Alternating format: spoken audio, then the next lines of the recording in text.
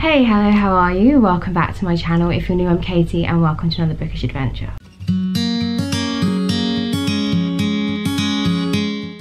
So today, after what feels like months, I will not lie, I'm finally going to bring to you my first Waterstones book haul. It has been so long. After I did that, my first book haul of 2021, it was like I took a tiny chip away and an avalanche fell. I couldn't help myself. I think one of them, Mum met me from work, and then the second time Gavin was picking me up, he was running late. I was like, I know, I'll go to Waterstones, and that ended badly. The first thing I want to show you though is I bought this tote because I needed something to carry the books home, and it is gorgeous and I love it so much, and I mean, it's stars, so it is gorgeous. I absolutely adore this bag. It was just, oh my god, I love it so much. It's just so cool. Look at it. And anyway, I did actually need a new tote bag because one of my other ones, the stitching is coming loose. So I have 9 books. I can't even remember if that is more or less than my first one that I did. Quite possibly could be more. Luckily, a lot of these were on the buy one get one half price table, so that's probably why I have so many in retrospect. The first book I have is Serpent Dove. So obviously Bookstagram made me buy this. I definitely was interested in it, but I wanted to let the hype of it die down. And also I was actually quite on the fence. I really wasn't sure, so I thought I would wait until the sequel came out and kind of see if the hype really was worth it and whether people were like, oh, actually the sequel is just no, it's nowhere in way comparable. Didn't realize it was as big as it was.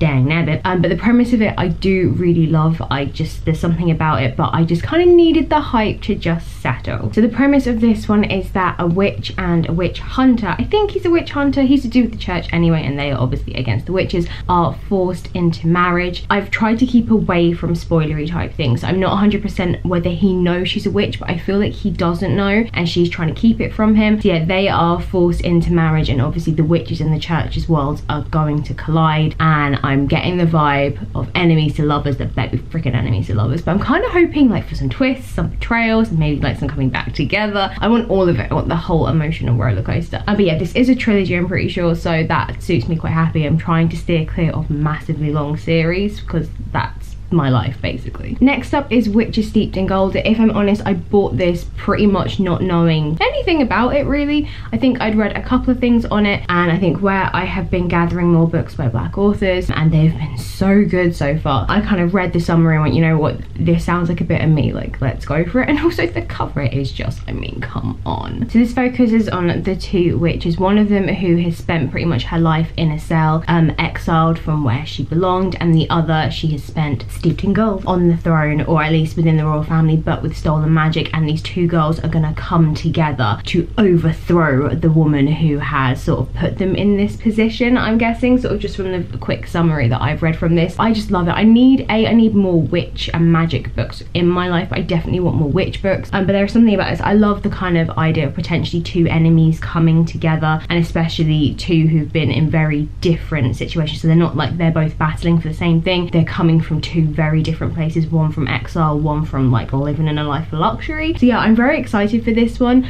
I'm not 100% if this is a trilogy or duology, but I definitely know that there is at least one more book to come. I'm kind of hoping it's a duology because I want more duologies in my life. Next is American Gods. I read this so long ago. Oh my god, I think mid-teens. I went through a massive Neil Gaiman reading binge, like crazy. I think I pretty much read majority of the books I did on my Kindle, and I've been wanting to get a copy of this, but I've never been in love with the covers. And you know how some books get loads of cover changes, get new covers all the time? His books never seem to. And anyway, I put his book onto my wish list, and then I was looking at one point and realized a bunch of covers had changed, and I adore this cover. It goes with the book and the story and the series. It just marries it so well, because I didn't want the one that was the cover of like the TV series, like even the one on the spine that has got like a little neon one, but I just love that as well, just like the car in like that same neon light tubing. So if you haven't seen the series and you haven't read the book, do it, because both are really good. It follows a man's shadow who is released early from prison because his wife and his best friend, well mainly because his wife dies, not just because his best friend died, but it turns out they were having an affair and it's awful, and his wife can't pass on and she won't leave him alone. In the series she has a lot more of a prominent role, whereas in the book I don't remember her being around for that much of it. But again, I read this like 10 years ago. And on his flight back he meets a man called Wednesday, very vague, very mysterious, and then he just kind of ends up is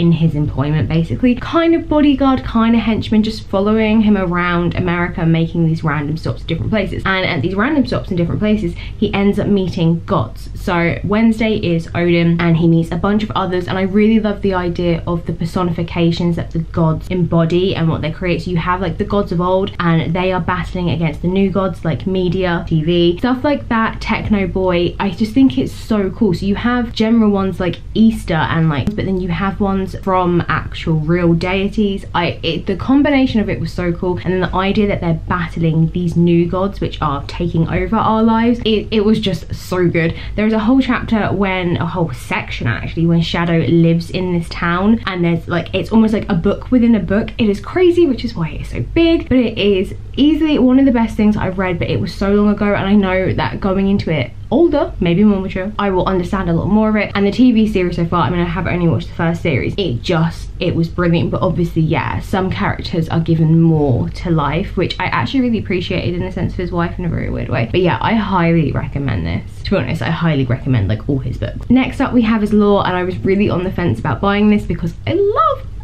Greek mythology, but I've never read a Greek mythology retelling, so I'm kind of nervous because I mean, I love fairy tale retellings, but there is something about Greek, I don't know why, because I have Circe on my TBR, and I also have Song of Achilles. I'm just not ready to read those because I know it's going to rip my heart out, but I don't know what it is about it. I'm kind of a little nervous. So this book centers around the idea that every, I think it's 7 years, Zeus basically turns the gods mortal to punish them, and the ancestors of ancient lines get the chance to hunt them down and kill them and seize their mortal powers. And Lore turns her back on it. She wants nothing to do with it, just to survive and get through life. And then Athena turns up wounded on her doorstep, offering her an allegiance. I really like the idea of this. I've no idea if it's standalone. I'm kind of hoping it is, and that maybe more books get produced from this world, perhaps. I've seen a lot of good stuff about this on Instagram, and then a friend of mine read it and she did say it was good, and I trust her opinion. But I do like the idea of bringing it to the modern world, however giving that still Greek twist of like these bloodlines are still around and are like alive and kicking. So yeah, it's a very cool idea, because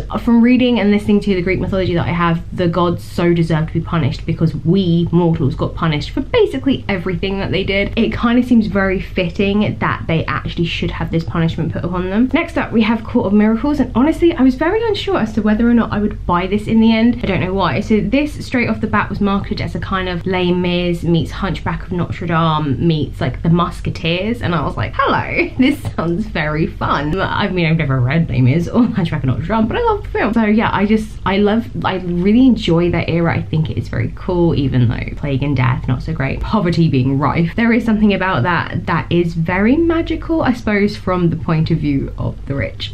When you think about it. So this book is based when the French Revolution has failed, and it's kind of been split into fractions of these different guilds.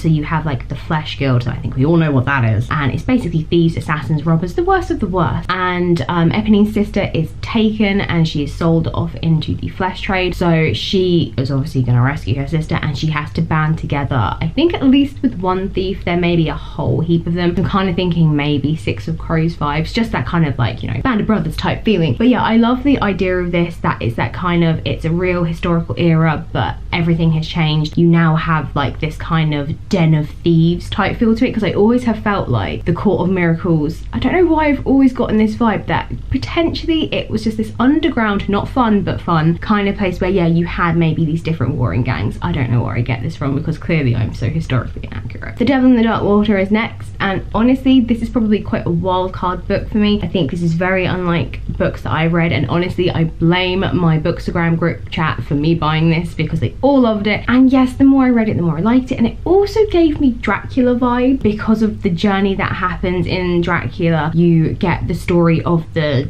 journey from there to England through a newspaper from surviving members of the crew and the heebie-jeebies that went on, the weirdness. This book very much reminds me of this. A guy is currently being transported and he is imprisoned, and basically weird shit starts going down on the boat. I think people start dying, and he kind of tries to solve it whilst incarcerated, but also with help of others. And I don't know why, it just really gives me that weird Dracula vibe. So I think it is kind of supernaturally murdery. I don't know, it's not what I would normally read, but I have been lured to it. I think the cover has lured me to it. I don't know. I think this weird Dracula vibe thing that I'm getting has severely lured me to it. And I think I love the idea that this story is going to be contained on this one boat. No one can get away. So I'm really hoping that the tension, the atmosphere is really going to be there. So it is also kind of going to be a first of a detective novel, at least of kind of like the old school vibe, because the guy who's being transported is a renowned detective, and the reason he's being transported is because he may or may not have committed this crime. So I like the idea of him solving it whilst being under arrest. It just, yeah, it seems really cool. But yeah, symbols appear, livestock start dying, weird shit starts going down, and I'm here for it. Next we got the Gilded ones. I promise this is ending soon, I swear. You know, you're like, I did not realize I had this many. A, look at those beautiful pages. B, look at that beautiful cover. C, look at it in all its majesty. So I think I discovered this right before it was due to be published because I was desperate to buy it, and I was like, oh god damn it. And then I realized oh my god, even the cover, I'm just like, you know what, I can't wait to do this. So this book focuses on this beautiful girl, and her ceremony is coming up where they will slash your palm, I guess, to determine whether or not you are a member of the village. And if your blood runs red, then yep, everything is great. But if your blood runs gold, then you are impure and you are off to a fate worse than death. I mean, I don't know what that is, but torture, I guess. And unfortunately, that is what happens for her until this mysterious woman appears, offering her a way out. I'm intrigued to know if they sacrifice them straight up, if like they notify someone and someone comes and takes them. That part I'm very intrigued about, this whole kind of like ritual that happens in which they determine whether or not, you know, you are a person, I guess. So this woman offers her a chance. Stay in this village, accept your fate, or join others just like her, so other girls who have gifts because of their gold blood, to try and overthrow the emperor who is basically making them live this shit life. So I'm all for this. I'm all for, you know, an all-powerful girl squad, here with the gifts, all of it. This kind of system of, if you got red blood, you're human. If you got gold blood, you gotta die. I love it all. I'm here for like bringing down the world. Next we got Deadly Education. So I don't really know why I bought this, I'll be honest. I have had this marked down as a book that I'm extremely intrigued about. However, I read Uprooted and didn't love it. Still need to read Spinning Silver, and I'm really hoping that changes my mind. If it doesn't, I really don't know what I'm going to do about this book. However, I think this book being marketed more towards adults may be better for me. I don't know. I found Uprooted fine, but I didn't think it was worthy of all the crazy hype. So I will see how I get on with Spinning Silver. But I do love the idea of this, and I'm a sucker for magic, and I can't help myself. So I'm kind of hoping that this book might fix everything. So this follows Elle, who enters this magic school, and this school isn't like your happy like Wizarding World school. Oh no, you go there with two options: you graduate or you die. Like, you have no friendships. The only people that you make friends with are just allies to try and survive. Like, there are no holidays, there's no fun in this. It is just survive or die, and like there are monsters prowling the halls. I really love this idea of, I don't know why, I guess maybe because everything I've ever read is that kind of, you know, we're witches and we have magic and we live secretly together, and we'll go to the school and it'll be amazing, and you'll be away from like humans and you can learn and it's great. Whereas this one is more like, yeah, cool, come to our school, learn magic, try not to die. I like this weird idea, which is also kind of weird because are you pitting like your kind against each other? It seems really cool. But Elle's magic is far powerful than others. It's quite a dark magic, and I think her biggest problem is going to be trying to control herself, because I think at any point she could accidentally just kill someone. But yeah, I love the idea of it. I feel like this school is going to have lots of secrets and lots of just stuff about it itself. So yeah, this being geared slightly more in the adult column, I'm maybe hoping, and I think maybe this will just be more different from Uprooted and I will get on with it more. I've seen a lot of love for this. I've seen a couple of mixed reviews, but I'm trying not to let that put me off because everyone loved Uprooted and I didn't. So final book, and I'm sorry this video is so long, The Book of Dust by Philip Pullman. So this is the second book, The Secret Commonwealth. I do have the first book. I am yet to read it because obviously I wanted to read the original three first, and I just had to get to that hurdle. And honestly, I think with his books, listening to them all together in the same year definitely helped me. So I am going to wait until all of these books are out so I can read them continuously, just because they, even though they're, this is the thing I love about his books, never really determined. A lot of people have gone, oh yeah, they're kids books, middle grade, oh no, they're for adults, they're for teenagers. I kind of like that because you can't actually ever really determine which it is because the protagonist was a child. Never dumbed down, the plot was never simple, that the plot was like oh my god, so involved. So which is why I want to be able to do them all together so I can really just like get it in there. So this is the prequel to that series. So I do wonder if you could go into this first and then do that one. I feel like it could be possible because the characters do appear. Well, the first book is kind of this guy who finds Lyra, and Lord Asriel appears, Miss Coulter appears, and they're searching for Lyra, I think it was. I should really refresh my memory on this. So Malcolm works in his family's run pub and he intercepts an object that was meant for a spy, and this is where dust is first kind of mentioned and comes from when he ends up meeting the person, I think either who sent the message or the message was for, and basically this person is kind of like keep your eyes open, and this is when he starts to meet all these mysterious characters. Lord Asriel, Father Quorum also is in it, someone from the Magisterium, and then obviously Mrs. Coulter, and at the heart of it is Lyra, but obviously she is a child. So I really love this idea of we're going to see the seeds of where dust kind of came from and how people may have been involved for a lot longer. Like in my case, I didn't really realise Father Quorum had anything vastly to do with it until Lyra went to the Egyptians. So this is going to be really interesting and really fun, and I'm so excited to see this world explored further, to see these characters explored further, because obviously we saw these all from Lyra's point of view, and you know, Lord Asriel really wasn't in it that much, and so I'll be interested to see whether he is a prominent figure through it, seeing if Mrs. Coulter is different, if she's more cutthroat. Like, I'm so fascinated to see these characters before the point that we know them at. But that is pretty much the premise of the books in general. I'm not going to read and go into the premise of the second book if you haven't read the first one like me. I don't want to ruin that for myself or for anyone else, and I like to go into second books not really knowing a lot. But yeah, I am excited to see this world from a different point of view, and I guess potentially a more adult point of view. So that is it. That is all of my books. I can't believe my video cut out right by the end, but of course that is my life. I hope you enjoyed this rather large book haul that I didn't mean to do, and I probably will only try and do one more this year because it's a lot of books and I actually have no room. That book stack has literally just been sat at the side of my bed because I've got nowhere to put them currently. I need to do a massive unhaul, but it's just effort going to the charity shop, really is kind of where that's going.